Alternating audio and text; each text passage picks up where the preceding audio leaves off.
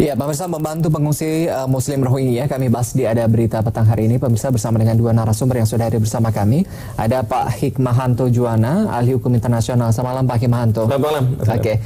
Kemudian juga ada Pak Dwi Oko Hari Dastriadi, Director of Volunteer Management Act Foundation. Yes. Selamat malam, Pak Dwi Oko. Selamat malam. Oke, Pak Hikmahanto, saya ke Pak Dwi Oko dulu ya, untuk mengetahui bagaimana sebenarnya kondisi terkini begitu ya, Muslim Rohingya di Myanmar. Ya, kondisi terakhir dari tim kami yang sudah berada di Yangon itu semua NGO yang ada di Sittwe itu diminta keluar semua dari daerah. Itu Sittwe itu salah satu provinsi di sana. Jadi karena memang kondisinya tegang gitu ya, itu semua diminta angkat kaki dan sekarang posisi mereka ada di ibu kota Myanmar di Yangon semua saat ini.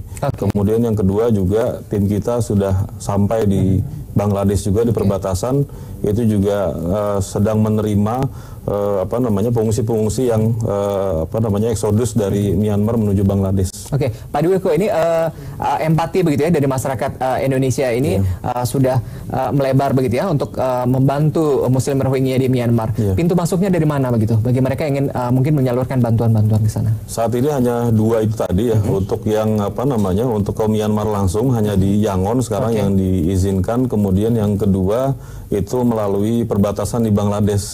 Itu pun juga sekarang militer di Bangladesh juga melakukan pengusiran kembali ya ke Muslim Rohingya yang eksodus itu untuk kembali lagi ke Myanmar gitu. Oke, ya Pak Hikmahanto, ini sudah cukup keras begitu ya langkah-langkah yang dilakukan pemerintah Myanmar begitu ya terhadap tadi bantuan-bantuan dari asing begitu untuk menolong Muslim Rohingya sendiri. Nah, kemudian apakah megaphone policy begitu dari pemerintah Indonesia atau protes keras pemerintah Indonesia ini bisa tadi begitu didengar oleh pemerintah Myanmar begitu ya untuk menyelamatkan Muslim Rohingya di Myanmar? Begini, permasalahan yang paling utama dan fundamental adalah pemerintah Myanmar itu tidak mengakui keberadaan dari etnis Rohingya. Itu yang jadi permasalahan utama. Dan kemudian kerap ketika ada konflik antara etnis Rohingya dengan masyarakat setempat gitu ya dari Myanmar, ini dijadikan dasar oleh pemerintah untuk melakukan tindakan yang di luar batas kemanusiaan, ya bahkan sampai orang mengatakan genosida, mau menghilangkan etnis tertentu.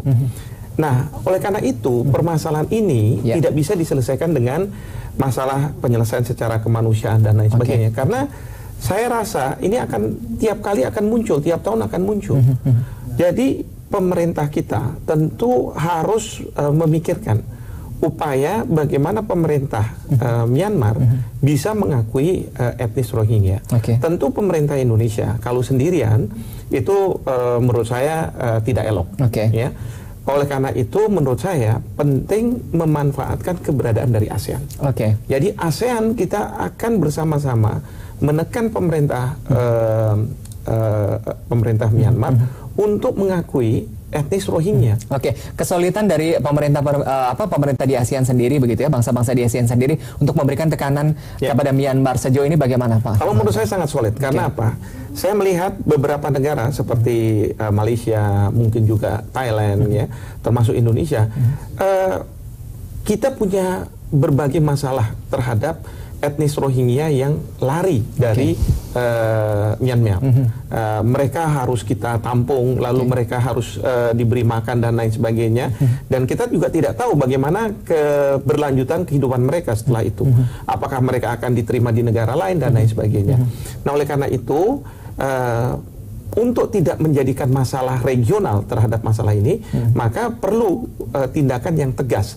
Memang saya paham bahwa di dalam mekanisme ASEAN, negara-negara ASEAN ini tidak boleh mencampuri urusan dalam negeri dari negara ASEAN lainnya. Tapi permasalahan ini adalah permasalahan kemanusiaan.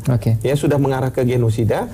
Oleh karena itu, saya menyerukan kepada pemerintah untuk bertindak bersama-sama negara ASEAN lainnya, melakukan tindakan yang tegas dan keras seperti embargo ekonomi. Ya, sikap dari Presiden Jokowi ini ditunggu begitu ya. Kemudian apakah Presiden Jokowi bisa lagi-lagi begitu ya, diplomasinya bisa merangkul sejauh mana Pak Hikmanto? Saya yakin harusnya bisa, ya, karena beliau kita Indonesia sebagai negara yang besar di ASEAN, dan saya yakin negara-negara ASEAN lainnya akan mendukung apa yang dilakukan oleh Bapak Presiden.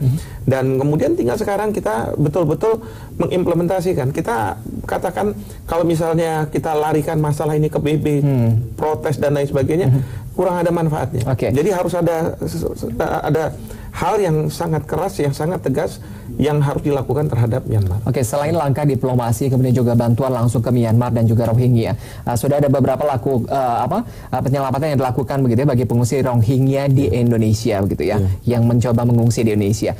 Seperti apa pemirsa, masih akan kami lanjutkan di perbincangan segmen berikutnya, tetap bersama kami.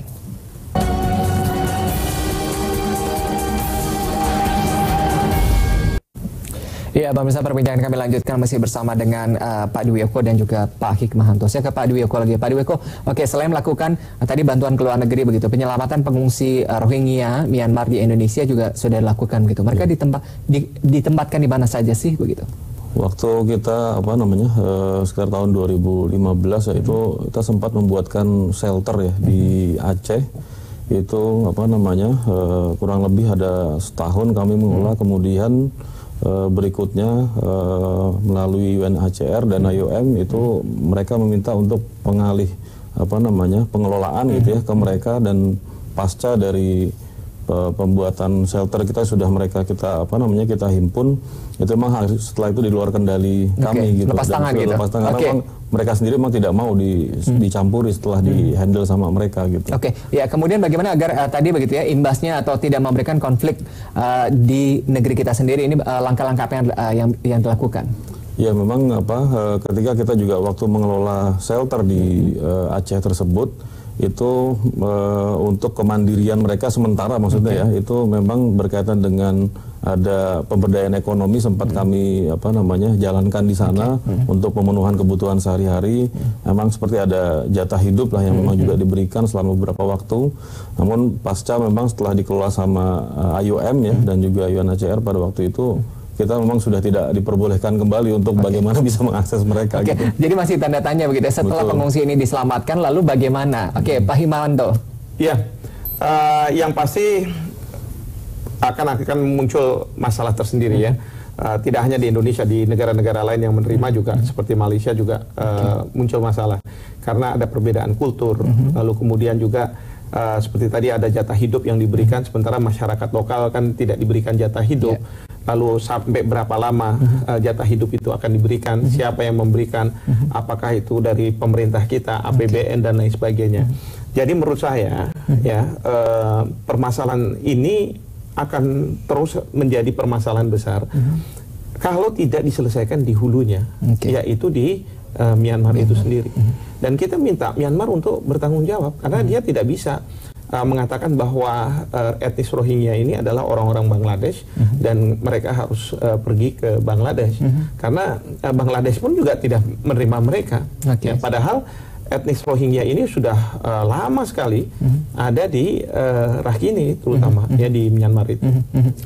Ini kemudian apa yang harus dilakukan kalau tadi Anda katakan Pak Hikmahanto bahwa ada indikasi untuk menghilangkan etnis ini begitu dari Myanmar sendiri? Ya, itu yang saya katakan tadi. Pemerintah Myanmar tentu harus realistis bahwa etnis Rohingya itu adalah bagian dari warganya, dan oleh karena itu mereka harus menerima bahwa nanti di Rakhine katakanlah perlu infrastruktur dan lain sebagainya. Dunia bisa membantu, tetapi jangan kemudian mereka melakukan tindakan-tindakan yang menghilangkan secara paksa etnis ini di wilayahnya. Dan bagi etnis Rohingya, karena mereka sudah berhidup bertahun-tahun di sana ya, berabad-abad di sana, tentu kalau misalnya mereka pindah ke tempat lain, itu bukan sesuatu yang nyaman bagi mereka. Mereka harus memulai sesuatu yang baru dan lain sebagainya. Nah, oleh karena itu menurut saya pemerintah Indonesia bersama-sama pemerintah ASEAN melakukan tekanan yang sangat kuat terhadap pemerintah Myanmar, dan saya yakin bahwa tindakan ini akan mendapat dukungan baik dari negara-negara maju seperti di Eropa ataupun Amerika Serikat, plus juga organisasi internasional sebagai Perserikatan Bangsa-Bangsa. Karena kalau misalnya kita akan mengatakan juga kita akan serahkan kepada PBB, PBB juga tidak akan bisa melakukan apapun. Justru PBB akan menyerahkan permasalahan ini ke organisasi regional, yaitu ASEAN. Ya, ke Pak Dwi Eko lagi. Pak Dwi Eko, ini masalah Muslim Rohingya sendiri menjadi sorotan dunia begitu ya, termasuk Indonesia sendiri begitu ya. Kemudian langkah-langkah tadi sudah dilakukan, tadi Kementerian Luar Negeri sudah mendirikan sekolah kabarnya begitu ya. Kemudian kalau misalnya masih ada tadi dukungan-dukungan begitu dari masyarakat Indonesia sendiri, sebaiknya seperti apa sih bentuknya gitu? Ya, untuk saat ini memang kebutuhan mereka yang pertama adalah berkaitan dengan pangan, kemudian yang kedua medis, yang ketiga itu pakaian. Nah, ini yang dua tim yang ACT kirimkan ke Yangon dan juga di perbatasan di Bangladesh itu memberikan bantuan-bantuan tersebut di sana. Itu yang sangat mereka butuhkan hingga saat ini untuk keperluannya. Tadi ke Pak Himanto lagi. Pak Himanto, selain tadi embargo ekonomi begitu ya, langkah apa sih gitu? Ini kan masalahnya terus berlarut-larut ya, sudah cukup lama sendiri dan belum juga bisa terselesaikan. Ya, memang embargo ekonomi kalau menurut saya itu sesuatu yang katakanlah kita harapkan akan efektif. Kenapa? Karena Myanmar ini kan sebenarnya tadinya tertutup karena di sana yang berkuasa adalah junta militer dan kemudian masyarakat internasional menginginkan ada demokratisasi dan ternyata dengan embargo ekonomi Myanmar itu perlahan-lahan memang berubah menjadi negara yang demokratis. Nah, sekarang kita akan mengatakan juga dengan tekanan-tekanan ekonomi dari banyak negara itu yang kita harap ini akan menjadi semacam daya tekan kepada Myanmar sehingga Myanmar mau tidak mau harus membuat kebijakan yang bersahabat terhadap etnis Rohingya. Bicara mengenai kebijakan Pak Himanto. Kebijakan-kebijakan apa begitu ya yang perlu dilakukan melihat bahwa ini pengungsi yang masuk termasuk ke Indonesia ini juga semakin hari juga bertambah jumlahnya begitu. Ya, ini memang sulit ya. Saya ambil contoh misalnya di Malaysia. Mereka awalnya diterima, lalu kemudian dipekerjakan di perkebunan. Tapi ternyata banyak dari mereka juga tidak diperlakukan secara manusiawi, bahkan gitu ya. Ada makam-makam yang begitu saja dikuburkan dan lain sebagainya. Memang kalau dilihat dari solidaritas Islam, karena etnis Rohingya ini adalah Muslim, tentu kita tidak bisa membiarkan hal tersebut. Tapi yang perlu kita juga pahami bahwa permasalahan ini bukan masalah tentang agama. Ini bukan masalah berkaitan dengan agama. Tetapi permasalahan, akar permasalahannya adalah etnis ini tidak diakui oleh pemerintah Myanmar sebagai etnis yang ada di Myanmar.